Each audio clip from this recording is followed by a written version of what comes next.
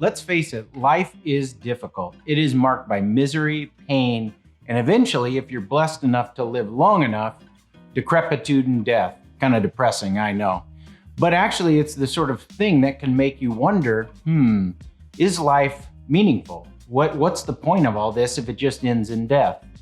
If you take a moment and reflect on the night sky, you might notice the stars and the planets and start thinking about the whole universe and just how we're a tiny speck in the whole universe. And you might start to think, wow, what's the point of life here on Earth? You might start to wonder about the meaning of life. Well, French novelist Albert Camus definitely worried about the meaning of life. And today we're going to break down his skepticism concerning the meaning of life.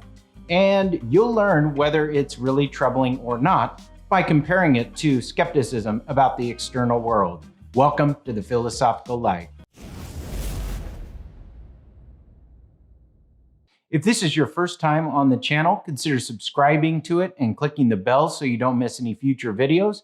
And if you're interested in going deeper on the meaning of life, I created a free masterclass that you can access at www.thephilosophical.life.com/masterclass. As Camus said in his famous essay, The Myth of Sisyphus, quote, "There is but one truly serious philosophical problem, and that is suicide. Judging whether life is or is not worth living amounts to answering the fundamental question of philosophy." Now, what is the best way to understand Camus' worry about whether or not life is worth living or whether or not it is meaningful? The best approach is to view this as a clash between two perspectives. So when you are in your everyday life, you probably take for granted that your life is meaningful. You go have fun with friends, you may hang out with family, you go play sports, you play video games, you may exercise, you do hobbies, you learn, you do all these things that feel at the time like they're adding value and meaning to your life. Yet, when you zoom out just a little bit and reflect on these things, you see, number one, that they're temporary and fleeting. You might sit and talk with a friend through Zoom or through social media or at a coffee shop and feel like you had a really meaningful conversation. You might go away feeling very satisfied, like you grew in your relationship, you talked about deep, important things, and that friendship is adding value to your life. Yet when you stop and reflect for just a moment from an objective perspective, or sort of a zoomed out perspective from the view of the universe, so to speak, you can quickly see that your conversation with your friend is fleeting, and your friendship is fleeting, and your friend is fleeting and temporary, and you are fleeting and temporary. And not only that, but where you live is fleeting and temporary. The earth is fleeting and temporary. And ultimately, if you zoom out far enough, humanity is doomed to extinction. So there are two perspectives coming into conflict. You have the everyday perspective of from the ground up, so to speak, where you're living your everyday life and things are feeling meaningful. And then you have the cosmic perspective when you zoom out and reflect on things and you see that everything is impermanent and doomed to destruction and death. Well, what's interesting about this clash between the objective perspective from the cosmos and the sort of subjective perspective as it's lived out on the ground is that people respond very differently to this clash. In Shakespeare's play Hamlet, "I have of late, but wherefore I know not, lost all my mirth. This godly frame, the earth, seems to me a sterile promontory. This most excellent canopy, the air, look you, this brave o'erhanging firmament, this majestical roof fretted with golden fire, why, it appears no other thing to me than a foul and pestilent congregation of vapors. What a piece of work is man! And yet, to me, what is this quintessence of dust? Man delights not me, no, nor woman neither." Well, that's a dramatic and very sort of depressing view in light of the clash between the objective perspective and the subjective perspective. But another approach is given by philosopher F. Ramsey. As he says, quote, "My picture of the world is drawn in perspective and not like a model to scale. The foreground is occupied by human beings and the stars are as small as 3 penny bits. In time, the world will cool and everything will die, but that is a long time off still. And its present value at compound discount is almost nothing. Nor is the present less valuable because the future will be blank. Humanity, which fills the foreground of my picture, I find interesting and on the whole admirable. I find, just now at least, the world a pleasant and exciting place. You may find it depressing. I am sorry for you. Now, how do we respond to this clash? Well, as philosophers, we shouldn't just notice that there is a clash, that is, just describe the clash. We should also reflect on the normative question, which is how ought we or how should we to respond? Now, the reflective perspective is important because it brings to mind things that we often ignore as we live our daily life. For instance, we assume things are more permanent than they really are. We don't go around typically thinking about death, and yet those are facts of existence. And yet, if you zoom out too far, if you take too much of a reflective perspective from the view of the cosmos, so to speak, you can actually miss the reality of what's on the ground. For instance, if you were at the ocean and you were looking at a tide pool from a far off distance, you would fail to see all the intricate creatures and sea anemones and starfish and fish and crabs and all the cool stuff that's actually in the tide pool. It's not until you get close enough to the tide pool and really stare at it closely that you can actually see it for what it is and see it's teeming with life and interesting things. So you, from a far enough distance, you may write off the tide pool as uninteresting and not worth looking at. So seeing things from too far out can actually distort the reality of what's going on. So how do we best approach this? Well, there's a great introductory textbook that provides a helpful argument that we can look at. The introductory text is the Norton Introduction to Philosophy, 2nd edition, by Gideon Rosen, Alex Byrne, Joshua Cohen, Elizabeth Harmon, and Sina Schifrin. If you want to check out that book, I'll provide a link to it down in the description. They encapsulate this line of reasoning in the following. It's called the argument from evanescence. And evanescence is a term for something that's fleeting and hard to get a hold of. When you think of something that's evanescent, you can think of bubbles. They're there for a minute and then they're gone. And when you try to actually grab them, they dissipate and become hard to hold on to. Premise 1. Something is worth doing only if it will have lasting impact on the universe. Premise 2. Nothing we do will have a lasting impact on the universe. Conclusion. So nothing is worth doing. So taking a look at premise 1, we have a conditional. If something is worth doing, then it will have a lasting impact. But that premise seems false. It can be the case that something is worth doing even if it doesn't have a lasting impact.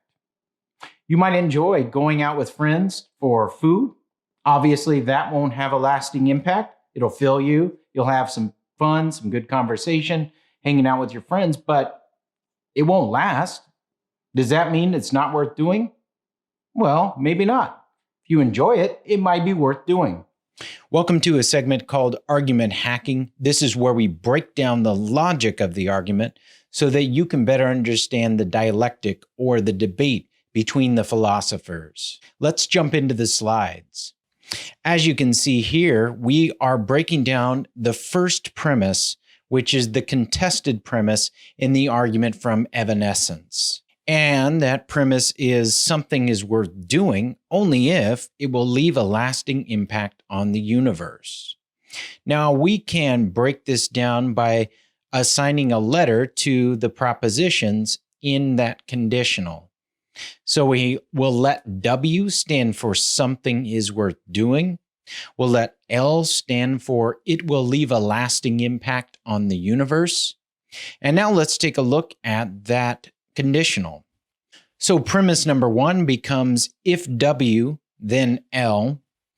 And then the counterexample to that is where you have something that is W, namely it's something that's worth doing, and it's not the case that it will leave a lasting impact on the universe. So a case in point might be going out to eat with your friends, which we just mentioned.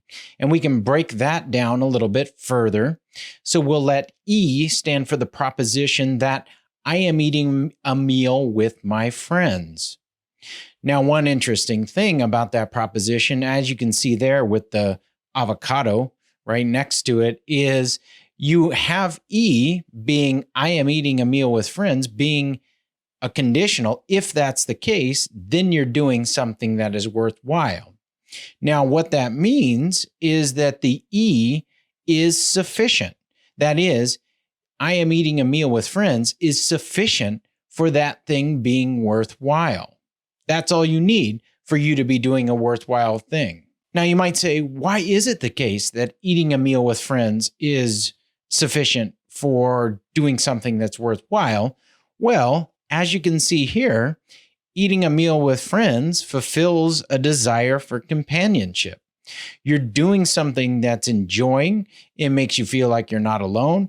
It deepens your friendships and gives you a better sense of relationships and connection with others that you care about. So it ultimately is satisfying a desire you have for companionship. Now, there's an assumption built into that, namely that an act, and we can let phi stand for an act or phying, an act satisfying a desire is sufficient for it to be worth doing, such that if you're doing that action, such as going out and eating with your friends, then that's all you need for you to be doing something that is worthwhile. That is, if E, then W.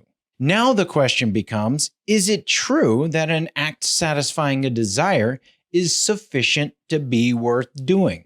Now, here's where we relate this back to the dialectic or the debate on the meaning of life in the contemporary philosophical literature.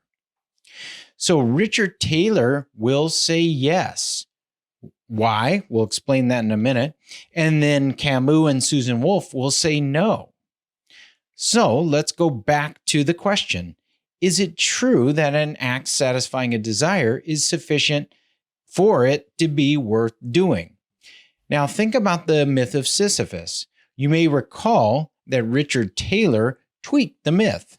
What did Richard Taylor do? Well, he made the myth such that the gods had implanted a desire in Sisyphus to roll stones. So what wound up happening is Sisyphus was able to, for eternity, have his desire satisfied. That is, he found himself doing the very thing he most wanted to do, namely rolling stones, and was able to do it for eternity. And from that tweak in the case, Richard Taylor thinks that you derive the meaning of life.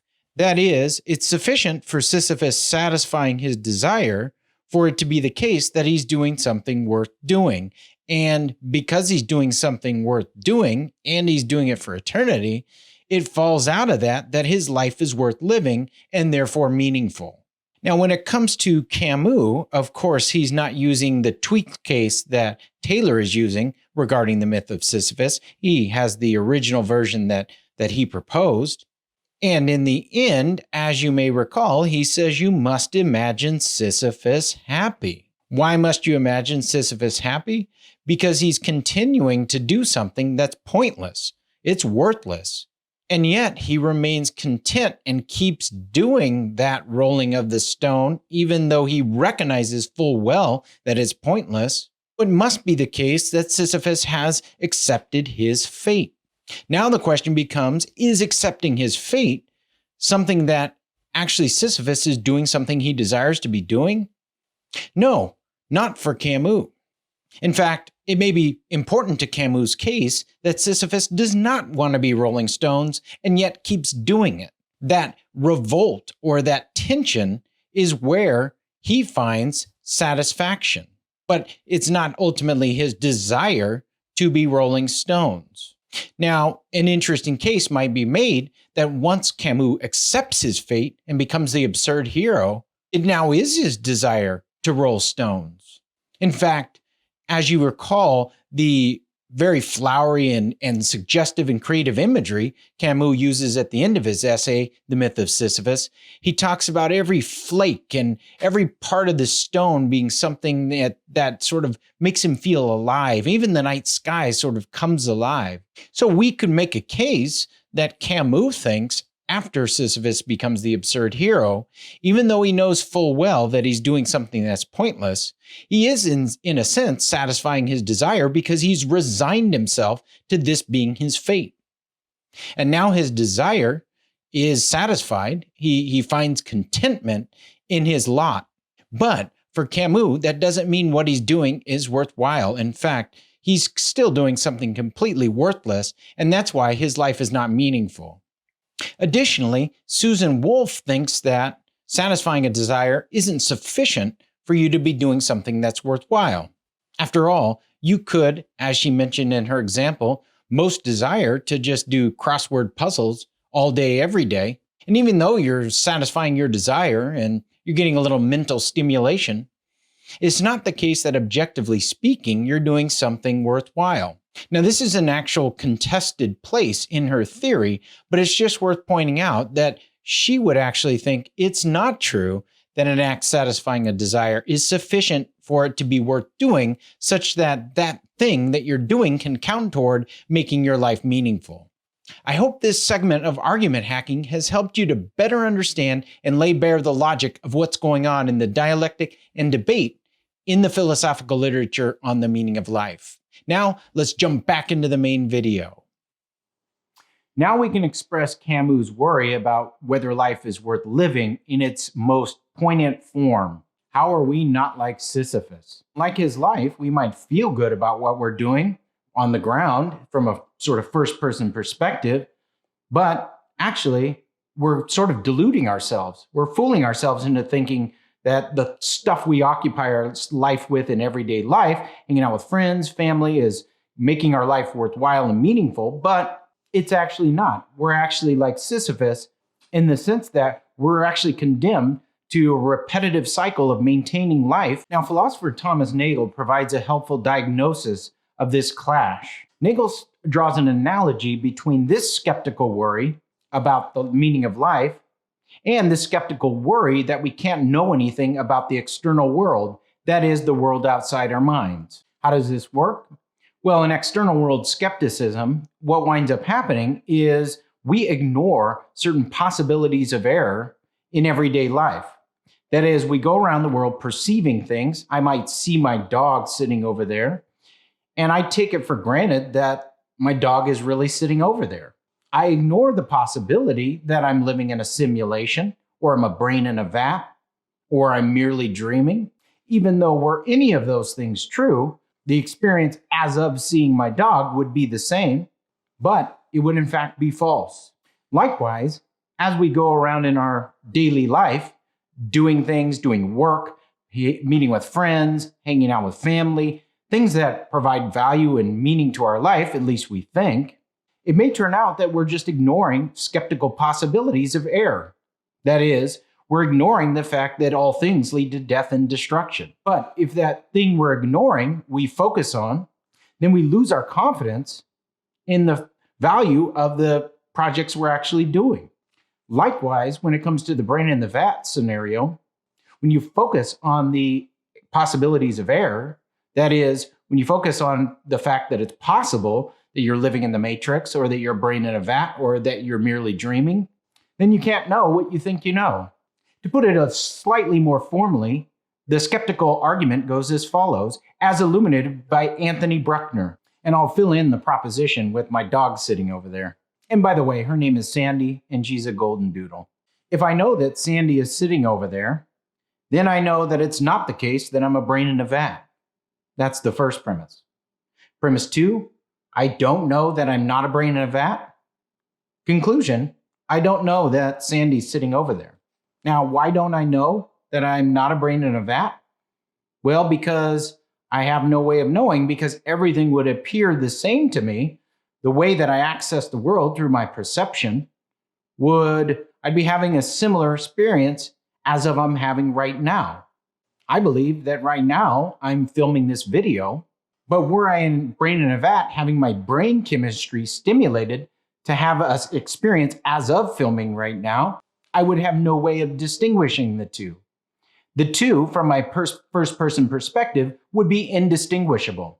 Now, does it work to run a similar argument for the skeptical worry about the meaning of life. Let's look at how that might go. As you can see, here is a quote from that book by Gideon Rosen et al. And this quote is very helpful for getting us thinking about the connection between skepticism concerning the meaning of life and skepticism concerning the external world. Quote, in ordinary life, it strikes us that our experiences of friendship and music and the rest have the kind of value that give us reason to carry on. But in these encounters, we are ignoring the fact that we will eventually suffer and die, and that all our strivings will ultimately come to nothing, end quote. So there you have the fact that we're doing things in everyday life, and yet we're ignoring the possibilities of error. That is, we feel like what we're doing matters, and that we're making a difference and doing worthwhile things, and yet we're ignoring the possibility of error, namely that it wouldn't be the case that we thought we were doing something worthwhile if we raised the skeptical worry. Namely, we remembered that we're going to die, and all these striving, all these projects that we're doing that we think are so worthwhile will actually come to nothing in the end. So here is the question that comes to mind. Does the skeptical reality that I will die and all my strivings will come to nothing undermine my grounds for thinking my life is meaningful and worth living? Now, a lot of research has shown that people generally sort of feel like they're living a meaningful life. You might think they have a justified belief, or they even know that they're living a meaningful life. Why? Because they have all this evidence of all this worthwhile stuff they've been doing in life. But does the skeptical reality that you will die and everything that you've done will come to nothing undermine your confidence such that you're no longer justified in believing, or it's no longer the case that you know that your life is meaningful and worth living? Well, let's actually formalize this in a skeptical argument. So this is the same form that we used earlier from Anthony Bruckner. Let's let proposition P stand for my life is worth living. Let's let SK stand for the skeptical hypothesis that I will die and all my strivings will come to nothing. Premise 1, if I know that my life is worth living, then I know that it's not the case that I will die and all my strivings will come to nothing. Premise 2, I do not know that it's not the case that I will die and my strivings will all come to nothing. Number 3, I do not know that my life is worth living. So again, returning to the original quote that kicked off this video from Camus, the serious philosophical question is whether life is worth living. It's the question of suicide for Camus, although I don't think you need to frame it as suicide. It's just the question of what gives you a reason to get up in the morning. What gives you a reason to keep on going and keep striving? What makes your life worth living? That is, what is your ultimate why? Now that we've broken down the logic of the arguments, I hope you can see the force of Camus' skeptical challenge. Camus, of course, was a literary writer, and I think the logic of his argument can sometimes be lost. Now let's make this super practical. What do you think? Do you think that just having your desires fulfilled is all that you need for what you're doing to be worthwhile? What do you think about the clash between how serious you take your everyday life and how you think you're doing things that matter, and yet when you stop and reflect, or life hits you in the face, such as you get hit with a global pandemic, or someone you love dies, or a relationship breaks up, and you start to reflect on the reality of your existence and life, that all of a sudden that skeptical worry about death and everything coming to nothing sort of comes to rear its head, and you lose your confidence that your life is worth living. Have you found your why? Have you found a reason strong enough for you to continue in the face of any skeptical worry that either may happen in a philosophical moment or may happen existentially as you exist and life sort of hits you with these challenging situations? Or do you think that's a fool's errand, such that you're just deluding yourself by going back into your everyday life and doing things like hanging out with family and friends and things that you feel like is making your life worthwhile. But if you really reflect on it in a cool moment, you realize that all your strivings come to nothing. Everything is doomed to death and destruction. And in the meantime, a ton of suffering. And really, everything is not worth doing that you think you're doing as worthwhile. And so really, there is no meaning to life. Are you a pessimistic naturalist that takes the nihilist position? I'd love to hear your thoughts in the comments. I hope this video has been helpful for you in better understanding the meaning of life as it's pursued through philosophy. And if you want to go deeper on critical thinking on the meaning of life, and not just that, if you want to actually build your life such that it has a lot of meaning, then check out the free masterclass at www.thephilosophicallife.com/masterclass. I'll see you next time, and until then, keep living the philosophical life.